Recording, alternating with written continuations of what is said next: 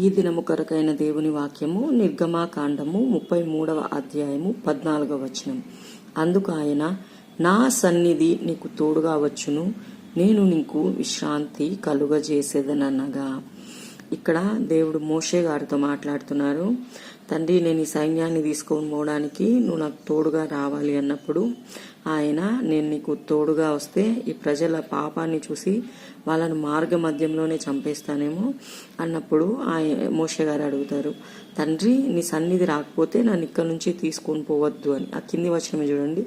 మోషే, నీ సన్నిధి రాని ఎడల ఇక్కడి నుండి మమ్మను తోడుకొని పోకుము. నువ్వు మాతో పాటు రాకపోతే మమ్మల్ని ఇక్కడ నుంచి పంపించచ్చు దేవుడా అని మోషే గారు ఆయన్ని వేడుకుంటారు. ఈరోజు మనం కూడా అలానే ప్రార్థిద్దాం. తండ్రి, నేను ఈ పని మీద వెళ్తున్నా, నువ్వు నాకు తోడుగా రావాలి, నువ్వు నా తోడుగా రాకపోతే నన్ను అక్కడికి పంపించద్దు తండ్రి అని ప్రతి విషయంలో మనం ఆయన మీద ఆధారపడడం నేర్చుకోవాలి.